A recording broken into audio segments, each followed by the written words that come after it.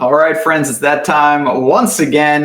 PGA Championship, second major of the year. And of course, we got a lot to dive into at Stokastic. We're going to break down the players, the field, Quail Hollow, all this good stuff, and try to find ways to make a lot of money this week in the DFS streets. I want to welcome in to our channel here at Stokastic. Hopefully, you are along for the ride and you're playing all sorts of DFS sports, but maybe you've just been searching out some PGA DFS advice and you came to the right place. We've got breakdowns, tools. You're going to see them all in real time right now on this beautiful Wednesday morning. I'm Ben Reza. If you don't know who I am, let's dive right in, friends. If you're not subscribed to the channel, hit the like button. Subscribe to the channel. We're going to have some cool stuff later in the show, but you guys know the drill. I'm going to break down the field. We're going to look at the prices, try to identify some values, and then we'll talk about some of the lineup construction ideas. What can it look like? Maybe we'll play around with the single lineup simulator.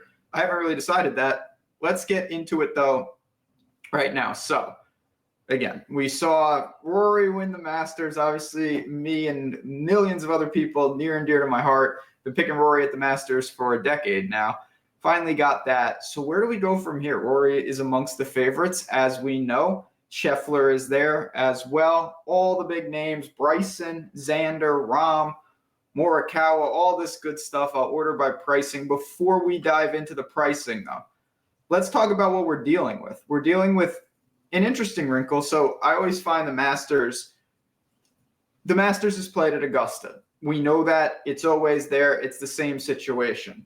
When we have the other majors, Oakmont, whatever, the Marion, I don't know, random courses, Olympia Fields, it's not the same because when you play, look at the Open Championship. They go to St. Andrews, I don't know, once a decade, something like that, when you're in the rotation, so you don't get a lot of reps. But this is unique because Quail Hollow is the Wells Fargo Championship site. It was also the PGA in 2017, but that is a wrinkle that I think adds some, I don't want to say variance, but intrigue, if nothing else, into the event, because we get to see a good amount of what's going on year after year with these players. So that is something that, again, I just find kind of interesting, kind of fascinating to this situation.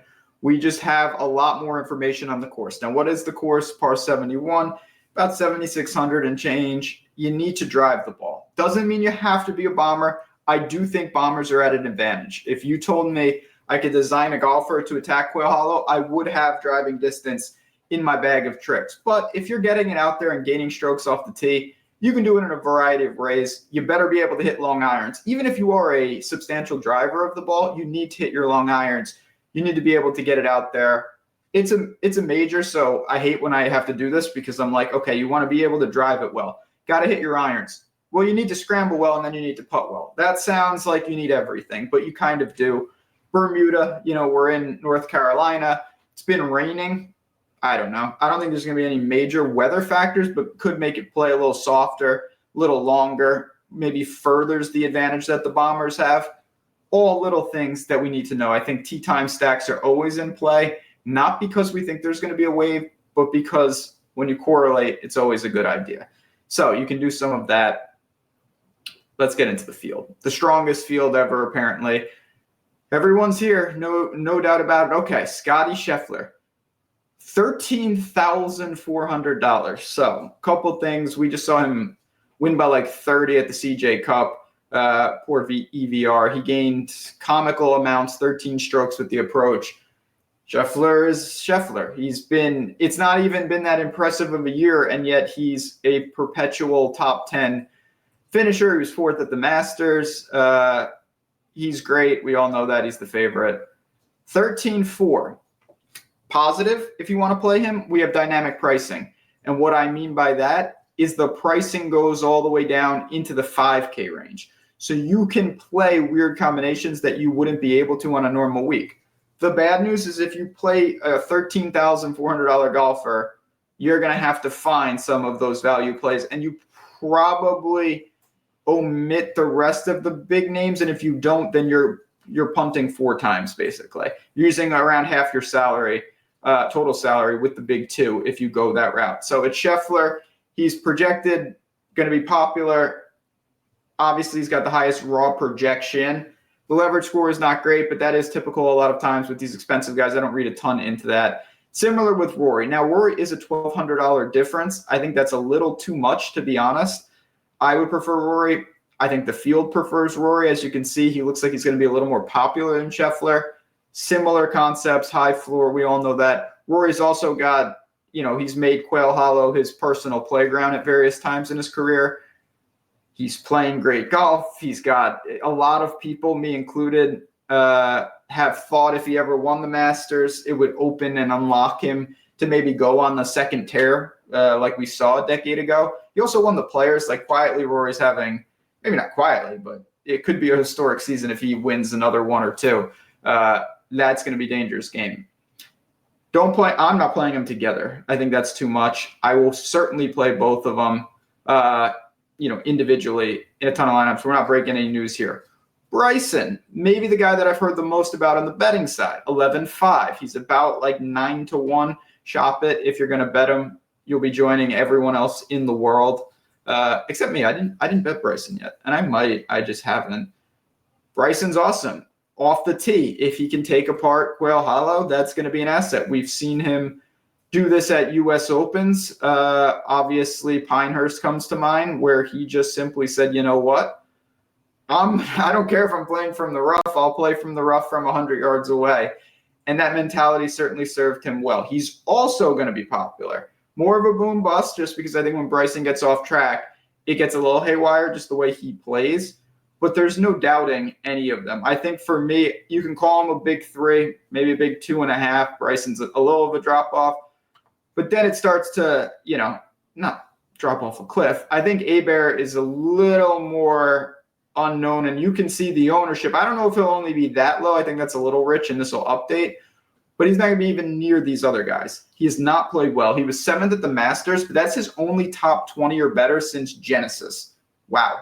That was a long time ago. The injuries or whatnot, I don't know. The Truist Championship, he lost 4 strokes with the approach and with the putter.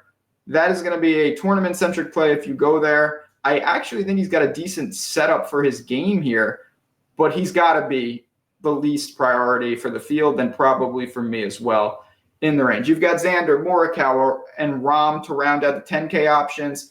No real strong takes here. I think Xander's, rounding back into form little by little. I'm not, we saw him get this last year. I would have him behind the other two. I prefer Rahm. Part of it is the price, the $500 difference between him and a guy like Xander. It does matter. I like Rahm's game for this. I wish I was seeing Rahm play on the PGA Tour each week. It does make it hard to know what the hell's going on when he's playing in these live fields. It doesn't mean that he can't. I mean, look at Bryson. Can't compete or anything like that. But I do think it makes it a little tricky. I'm gonna keep an eye on that ownership with him as well. I was hoping that we could get him maybe a little less owned. That might remain to be seen, but I do think JT will suck up a lot of that ownership. He could be the most popular player. He's got a lot of different things from the Quail Hollow history here, 2017, to playing great golf, to finally winning just a couple weeks ago. Follows it up last week, plays really good golf at the Truist. He gained strokes across the board. He's gained strokes putting in 5 straight. All of this, he's sub 10K. I know it's 99, but just even psychologically, there's a lot to like with Justin Thomas. He's going to be really popular. The reason he's going to be really popular is all that. Also, you could start with him or he's your second man in. That is always a price point that gets a lot of ownership for that reason. You could go Rory JT, Scheffler JT, Bryson JT, or you could go JT Neiman Decky, JT Cantlay Speed, that type of build where you go balanced and you have a big 3 like that. Let's talk about these 9K range. Hovland, Brooks, Neiman, Cantlay, Decky, Spieth, Lowry, Fleetwood, and Ty Hatton. It's a good range, no doubt. Again, ownership's going to correlate to this. Hovland's not going to be popular. Brooks is not going to be popular. Spieth is not going to be popular. How low owned, it remains to be seen. Again, keep an eye on it. I like Decky. If Decky's sub 10%, this is a spot that I will definitely be over on. He's got the game for this. He's played well at Quail Hollow. He doesn't mind tough conditions. He played well last week, and he just quietly melted on Sunday. We know Hideki's got the iron play. He is quietly, or maybe everyone knows this, and I always say quietly, he's one of the best around the green players in the world. He might be the best around the green player in the world. His putter is a work in progress. It always is. We need him to get back to better driving, more consistent driving. If he does that, Decky can win this. I bet him at 45-1. I like that spot for him. I like the spot for Cantlay as well. He's also 45-1. He also is playing well, and he also was there last week and then melted on Saturday. Then he stormed on Sunday when he had no chance. Came in fourth. He has gained off the tee and with the approach in 5 straight events. He has lost around the green in 4, though. That's what needs to improve. He's also been, I think, underwhelming in majors out on a hole. He's got 5 career top 10s, I believe. That's just not good enough. Cantlay's really good. He should have more there. Neiman is always an interesting option. Obviously, the live hype around him, and it's just still not happening in majors. 29th at the Masters. Thought there was some progress. It was mostly putting, but it's just not good enough for these price tags. I'm probably going to have him in the pool, but he's certainly behind JT, Cantlay, and Decky for me. Fleetwood, he never wins, as we know, but I think he makes sense here. He's going to be popular. He's going to be cash game viable. Hatton as well. I think he's fine. A reasonable tag. No major stand for me here with these guys. I plan to have good exposure. Hatton's leverage score grades out nice, so that's something I will take a look at. And it's because, again, some of the ownership on these guys, just not what the rest of the range is. 8K range coming up here right now, but I do want to mention a couple of things. One, obviously, actually, they kind of go together, so I'm going to loop them or lump them together because it's great stuff. It's a major. I couldn't be more excited. Right now, I'm on the data hub here at Stokastic. If you're unfamiliar with what that is, it's all part of, that's what it is. It's the data. It runs our single lineup simulator, our contest generator, our pre-contest sim, post-contest sim, where you can actually build out lineups and get real data into how the lineups are. You run the sims, gives you the breakdowns. You run a single lineup generator, and we can build some lineups later in this. If you want to check this out, 75% off any package. So find the one that works for you. If you want to sign up for a month for the full works, more power to you. If you want to just sign up for the week and you want to go with a light package, obviously it's not going to cost you nearly as much and you get a huge discount. More power to you. You know, proof of concept. Come and check it out. That's what we wanted to do. We wanted all different types of players, from the extremely serious to maybe some people who only build for the majors, to have the ability to use these products, to use these tools. And if you want a little incentive, got a message the other day. Obviously, this NBA one is cool, but for me, just being honest, seeing someone have what they called a life-changing moment in the PGA streets with our tools is awesome. I've been there before. You always wonder, am I ever going to win one of these big tournaments? I've been so close so many times. Ryan Schindler, $50,000 takedown. Awesome. Just awesome. Congratulations to him.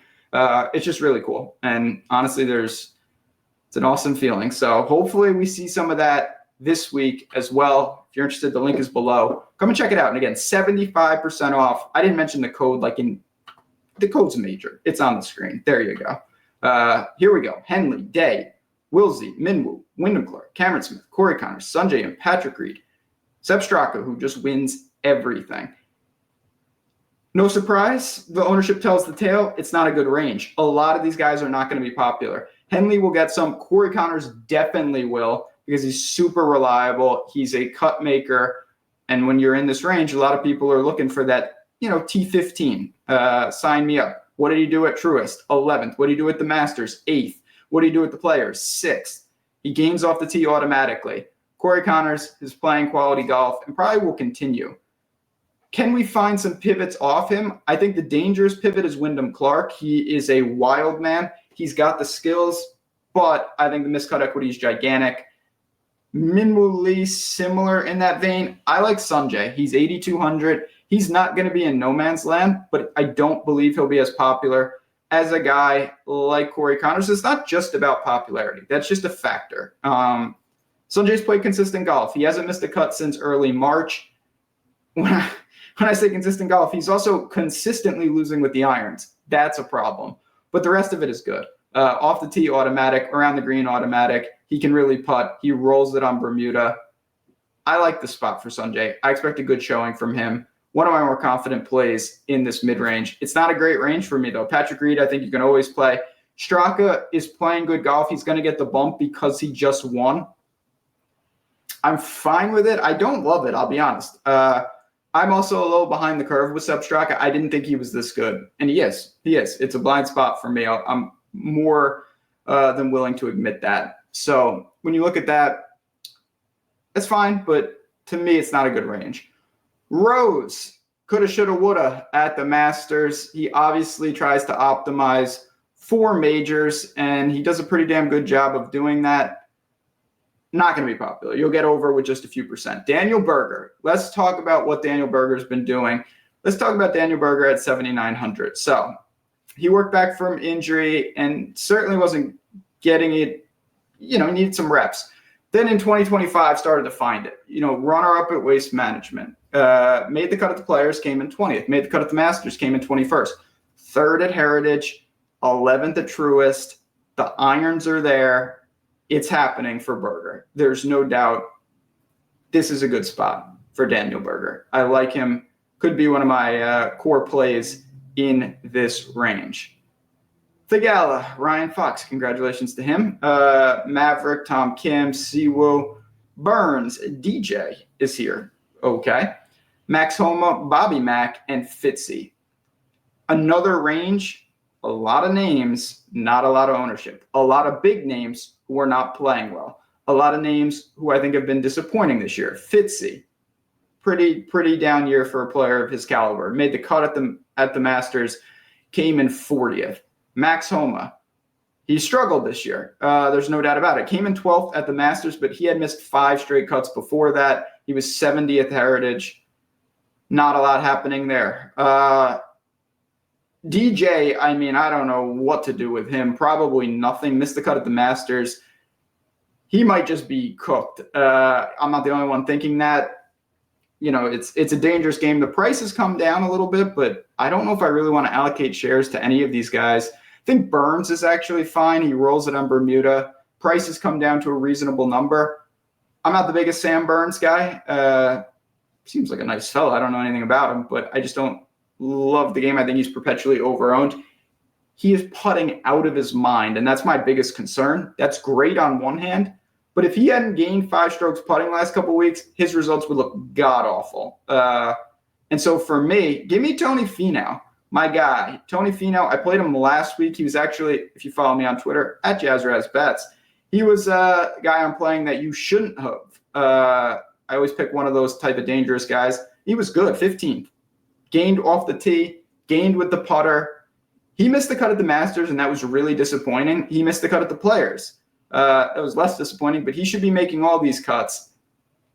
I think he's going to play pretty well here. I'm okay with this. He's got plenty of experience at Wells Fargo. Not a great track record, I'll be honest, but I don't see anything with Quail Hollow that is a huge barrier to entry for a guy like Finau. I expect him to be ready to roll this week. We start to get, into the low 7s, and this is where, to me, you have to start thinking about skill set stacks and what type of teams you're building. So you look, Bati is down here, Keegan's down here, Ben Yan is down here. If you're going off the tee, Ben Yan, he's just been awesome off the tee. He's really bombing it. If you're going with putting, you're not going to go with him. You would go with Bhatia, I think, pretty clearly. If you're going just straight ball striking right now, I think it's pretty easily Keegan, who's also strong off the tee for what it's worth. But he's gained in 6 of 7 with the irons. He's been Keegan-like with the putter. He's lost in 7 of his last 9 events. It hasn't been good. So you just need to find – it doesn't have to be everything. But to me, when I get down to these decisions, if I'm tweaking lineups or messing around with the single lineup simulator, I like to have guys that are kind of using the same skill set to attack the course, particularly with my cheap options. Ricky Fowler, it's not me. Full disclosure, you might be saying, is he cooking the projections? No, I'm not. We've got smart people that do that. Look at this leverage score. Okay, I can get down with this. I like Ricky. Played him last week at like 2% owned, and although he fell back, he looked pretty good. I want to get overdone. He's got a great Quail Hollow history. That was a long time ago. That was a long time ago for Ricky. 15th last week, though, and he finally gained with the putter and around the green in the same event. He hadn't been doing that too frequently. In fact, he had only done that once in 2025. That typically was a hallmark of Ricky's game. You know, you give yourself chances and you roll it. I like this spot. I think this is a really good range for flyers. Ricky is a flyer. Cameron Young is a flyer to me. Both those guys make a lot of sense. Harris English is on the screen, and we dipped into the 6K range. Harris English is a flyer to me. He's playing really good golf. If he can keep it together off the tee, the rest of his game is in really good shape. There's no doubt about it. He's putting really well. His irons are fine. He has made strides off the tee. If he continues to do that, Harris English actually might be an important piece to me. Denny McPutts is right below him. Pendrith is a off-the-tee guy if you're looking for someone like that. So is Burmeister. I know I'm jumping around here a little bit, but this is what we get in these type of ranges. You're just going to have a lot of names with no ownership. Aaron Rye is going to be one of, if not the most popular player in this range. And I think that's probably warranted. He has the least amount of questions, but I think it's a range better for attacking big miscut equity, top 10 equity versus make cut equity. That's just me. You do need 6 of 6, of course. So it's a balance. And, you know, there's obviously a lot of intricacies. If you play good, making the cut takes care of itself. Before we get to the cheap options, of course, I just want to mention again, come and check out what we've got going on. 75% off. The link is below. The code is major. Any PGA DFS package, weekly or monthly. You go, you click the link, you're in business, and hopefully you turn that investment into some real opportunities to take down some big scores. If you have any questions on it, by the way, hit me up at JazzRazBets. I'm always happy to walk through what these tools can do and what I use them for, because I use these each and every week. I incorporate them right into my own process. Rasmus, JJ Spawn, JT Poston. I think this is an interesting name. 6,400. So we're talking about, okay, I spent some money. I need some savings. JT Poston can do that. He's a great putter. Really can roll it. He's more of a guy that I think is poised to go really low than attack majors, but he made the cut at the Masters. He made the cut at the Players. He's a good player. Made the cut at the U.S. Open last year. So he's shown that he can get it done against strong fields. He has lost strokes on the approach in 4 straight. That is a little freaky, but he works around that pretty nicely, in all honesty. And there's not that much down here. Jake Knapp, 63. I had some sharp people on Twitter mention Jake Knapp to me. He could be a 1%er, and I'm fine with that. Keith Mitchell's not going to be 25%. I think that's a little much. And again, this will update where we set the stage and then we fine-tune as we go. If Keith Mitchell's 25%, that's absurd, and I won't even come close to being overweight. But he's not going to be. He is very cheap, though. He obviously has to be in the conversation for first-round leader because he does that every week, and I refuse to bet it. And then I wonder why I didn't bet it. But that's a story for another time. Kitayama, kind of a random number generator. He pops up. He has big-time performances. We've seen him play good golf, and he was good at the CJ Cup just out of nowhere. He had gone miscut, 33rd, miscut, 39th, miscut, and then he just came in 5th. I don't know. That's kind of what you get with Kitayama. Don't love him, but I don't like anyone in this range. My guy Bez is down here. Simple story. He has the best short game of anyone down here. He has non-competitive ball striking. I don't know if he can survive with the ball striking. He's not good off the tee or with his irons consistently. So if you're looking for a skill set stack and you say, I want chipping and putting wizardry, I think Bez is in the conversation. If you're looking for anything else, I don't think he is. And now we bust down the door to the 5K range. There are players down here. There are playable guys. There's no doubt.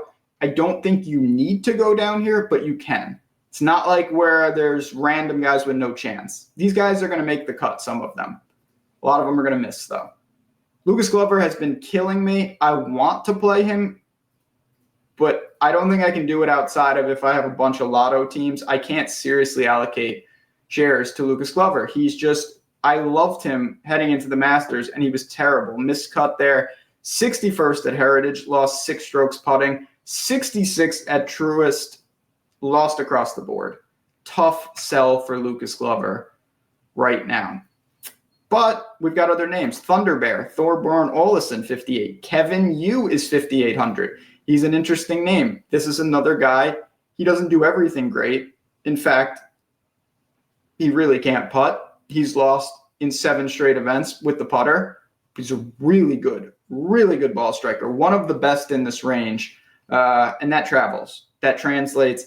That's a factor. Kevin Yu is worth potential shares if you're in a jam. If you play Scheffler, don't be surprised if you see his name pop up on teams like that.